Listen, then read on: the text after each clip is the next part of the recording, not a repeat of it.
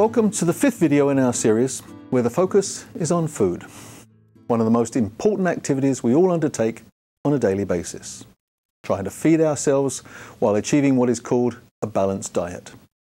It's not easy when there's so much to be aware of. Fast food, organic food, genetically modified food, prepackaged food, undigested food, food banks, dietary food supplements, trans fat food, food allergies, food subsidies, food famines, food mountains, seasonal food, prepared food, fortified food, deep fried foods, frozen food, and even comfort food. And that's without thinking about diets, fertilizers, nutrition, cooking programs, farming, and those that are obese, and the growing number of people in the world who don't have enough to eat in the first place. So where do we begin?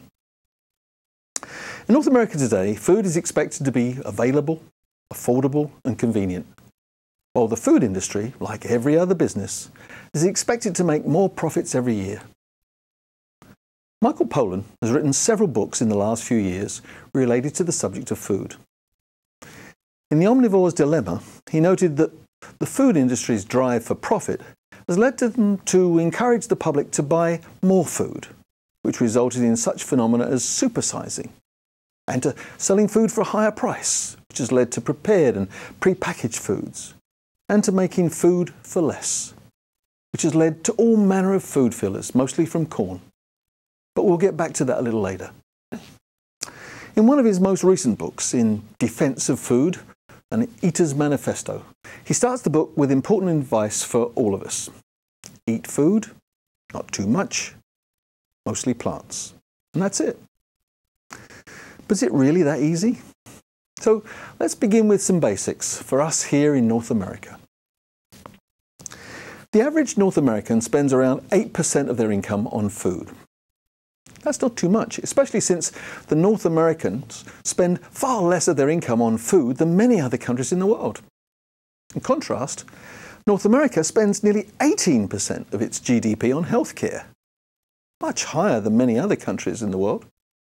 Countries that have longer life expectancies too, and perhaps better diets. Here in Canada, we have all manner of exotic cooking programs on TV, supermarkets full of produce from around the world, yet during our current economic crisis, the fast food restaurant chains have made record profits. Clearly, there are many anomalies. So let's look at a few of them. Chocolate and palm oil, seafood, and local food production. But first, let's get back to that topic of corn. If we are what we eat, and especially when we eat increasingly more industrially produced food, Michael Pollan suggests that we're becoming corn. And not through eating the kernels from sweet and white corn. Scientists have been extremely creative in breaking down and reassembling the constituents of corn. Commonly, on food packaging, we see items like dextrose, high fructose corn syrup, ethylene, xylitol, xanthan gum, and citric acid. Ingredients that are all made from corn. Thanks to government subsidies, corn has become the cheapest source of calories on the market. But although these processed foods are high in calories, they're low in nutrients. Consequently, obesity, heart disease, and type 2 diabetes have become epidemics in many developed countries, and are of rising concern in developing countries too. Those countries which are seeing the influx of North American-style fast food. Additionally, since corn is so cheap, marketers have figured out a way to transform corn into protein. Today, a large amount of corn production goes into cattle feed. However, cattle can't easily digest corn. But there's more. There are serious concerns with massive feedlot production of livestock. It's very difficult to clean up all the manure on animals in this kind of operation. And this is where a great deal of E. coli contamination can occur. Too many people become sick every year from E. coli infection, and as a result of simply eating meat and meat products. Additionally, the manure from feedlots contains high levels of nitrogen and phosphorus, metals, hormone residues, and other chemical substances. These toxic wastes can all too easily end up downstream and cause further environmental damage to land and water. And it doesn't stop there. Methane from livestock is also considered a significant atmospheric pollutant.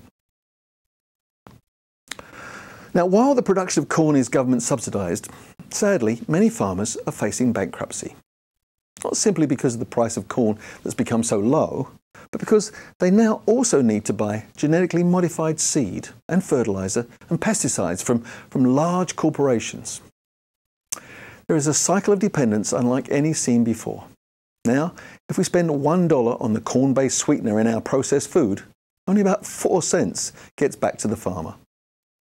It's the large corporations that are sharing the bulk of the profit. So we ask the question, why are governments subsidizing industrial agriculture?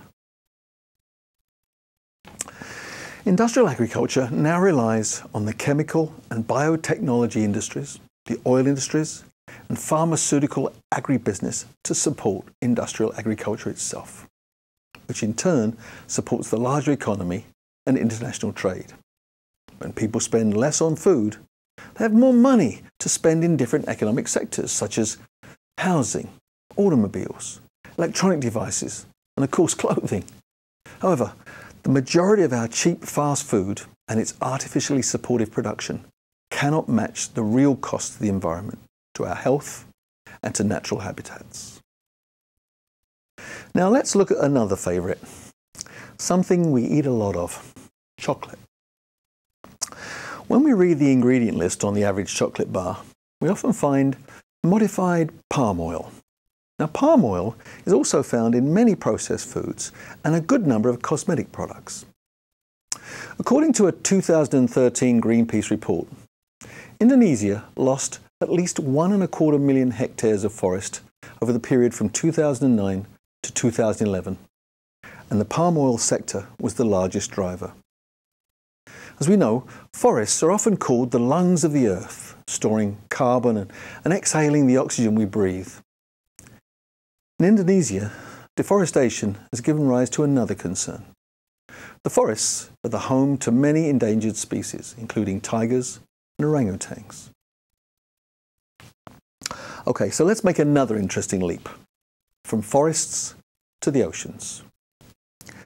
Seafood has been touted as one of our better sources of protein, but it is obvious how difficult it has been for us to take an appropriate stewardship role here. Overfishing is an ongoing dilemma, and the cod fisheries off the east coast still don't seem to be showing any signs of recovery. But the recently coined term seafood print may be of help. Seafood print is a measure of all the plant matter required to sustain seafood production. The higher in the food chain the seafood product is, the bigger its seafood print. Eating species low on the food chain takes much less of the ecosystem's energy than eating high on the food chain, and is therefore more sustainable. Tuna and salmon are very popular sources of protein. However, they are both top predators in the aquatic ecosystem. If you eat 1 pound of a top predator, it's like eating 100 pounds of what are called primary consumers. Primary consumers are pelagic fish, such as sardines, which are valuable sources of omega-3, vitamins, calcium and protein. Also, because we are dumping large amounts of toxic chemicals into the ocean, and because they bioaccumulate in marine animals' bodies, when we eat animals higher on the food chain, it means we will accumulate more toxins in our own bodies. Simply put, eating food low in this food chain takes less energy from the ecosystem, and it's also better for you. It isn't surprising that in North America, more and more people are choosing to adopt vegetarian or vegan lifestyles, eating less meat and getting most of our calories from plants. With the release of books such as Poland's and films like Food Inc., more and more people are beginning to experience an aversion to the industrial food system and are looking for alternatives. This drive for healthier sources of food began with the slow rise of the organic food industry, as people were concerned about pesticides and other various industrial chemicals that were making their way into our food. Then the idea of ethical meat surfaced, the notion that if you're going to eat meat, simply eat less of it, and make sure it comes from local farmers raising their livestock in open-range conditions. The idea of local, seasonal eating has returned to our Western consciousness. That's with the book 100 Mile Diet. We're still making sense of what should be locally produced and what should be sourced from elsewhere, but We're getting there. Community-supported agriculture has also come to the fore and made the lives of farmers a lot less stressful while cutting back their dependence upon the industrial food system. Farmers' markets are popping up everywhere, and the good food box movement is afoot, seeing many families getting boxes of fresh, organic and local produce delivered to their homes every week, supporting the local economy and the health of their communities. The newest development in the local food industry has been the concept of the new agrarianism, which includes elements such as the backyard production of the 10-metre diet and the incorporation of permaculture. That's working with nature rather than against it. There is even spin farming, small plot intensive farming, developed by a couple in Saskatchewan and now implemented far and wide, teaching urban dwellers how to grow economic quantities of food in their own front and back gardens. So, just as we started this video with a range of seemingly contradictory terms, clearly there are many ways in which we are approaching many of our food-related concerns.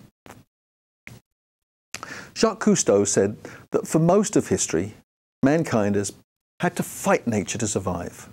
We're now beginning to realize that in order to survive, we must now fight to protect it. We do have the tools and the capability to change the current food system.